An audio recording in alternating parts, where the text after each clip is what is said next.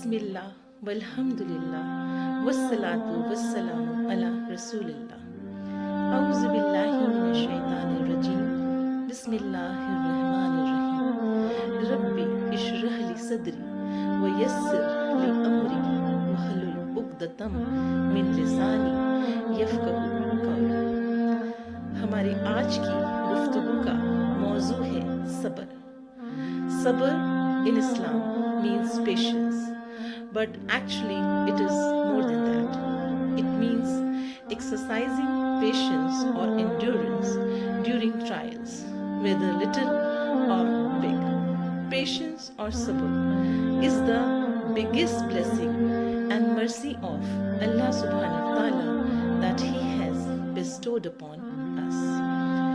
دنیا کی زندگی میں کوئی بھی شخص رنج و غم، آفت و ناکامی اور نقصان سے بے خوف نہیں رہ سکتا۔ ہر انسان پر کسی نہ کسی وقت ایسی چیز آتی ہی ہے جو اسے ناگوار ہوتی ہے۔ اس طرح اسے ناپسندیدہ حالات میں ڈال کر اس کی آزمائش ہوتی ہے۔ اچھے حالات میں یعنی خوشگوار حالات میں اچھا بننا تھوڑا آسان ہے، لیکن ایسے حالات میں اچھا بننا یا بنے رہنا جو اس کے لیے تکلیف کا باعث ہو، ایسے میں دراصل اس انسان کے بارے میں پتہ چلتا ہے کہ وہ شخص کیسا ہے۔ اس کیفیت میں اس انسان کے پاس دو ہی راستے ہوتے ہیں۔ پہلا راستہ یہ ہے کہ وہ اس مصیبت میں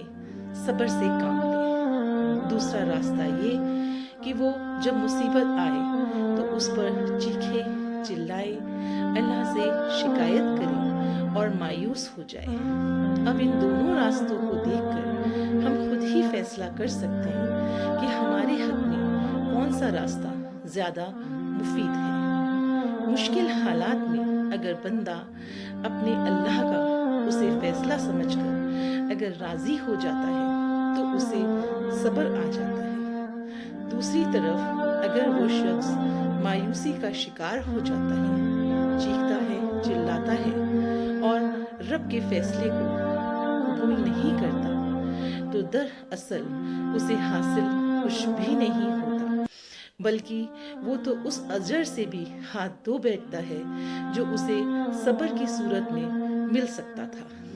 سورہ بقرہ میں آیت 153 میں اللہ تعالیٰ فرماتا ہے، ان اللہ مع الصابرین، یعنی بے شک اللہ صبر کرنے والوں کے ساتھ ہے۔ سبحان اللہ۔ اللہ تعالیٰ فرماتا ہے کہ جب میں اپنے کسی بندے کو اس کے جسم، مال یا اولاد کے ذریعے آزمائش میں مبتلا کروں، پھر وہ صبر جمیل کے ساتھ اس کا استقبال کرے تو قیامت کے دن مجھے حیا آئے گی کہ میں اس کے لیے میزان قائم کروں یا اس کا نامہ اعمال کھولوں۔ اللہ اج ہما اولا صحابی ابن صحابی جنتی ابن جنتی حضرت سیدنا عبداللہ بن عمر کا ایک بار ایک بیٹا بیمار ہو گیا تو آپ کو اس قدر غم ہوا کہ بعض لوگ یہ کہنے لگے کہ ہمیں اندیشہ ہے کہ اس کے سبب کہیں ان کے ساتھ کوئی معاملہ نہ ہو جائے۔ پھر کچھ وقت کے بعد وہ لڑکا فوت ہو جاتا ہے۔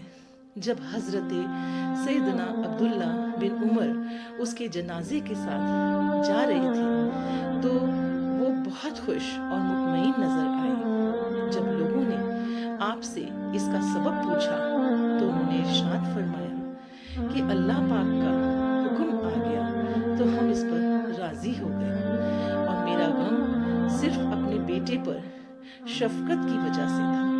سبحان اللہ۔ ایک روایت میں ہے کہ ہر مسلمان کو مرض، پریشانی، رنج و غم، اذیت میں سے جو بھی مصیبت پہنچتی ہے، یہاں تک کہ اگر مومن کو ایک کانٹا بھی چبھتا ہے تو اللہ پاک اسے اس کے گناہوں کا کفارہ بنا دیتا ہے۔ اللہ